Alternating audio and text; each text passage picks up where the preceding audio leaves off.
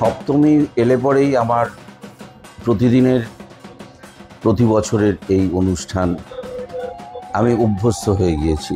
এর সুবাদে আমি প্রতি বছরই এই আবাসনের নতুন নতুন পুজো, তাদের নতুন নতুন পরিকল্পনা,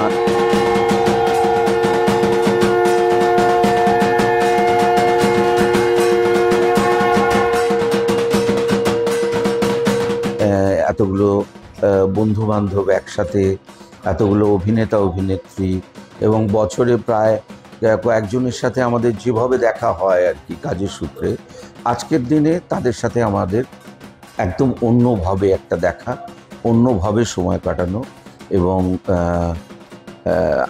আমি চাই এভাবে যাতে আমি আপনাদের সাথে প্রতি বছরই সময় কাটাতে পারি।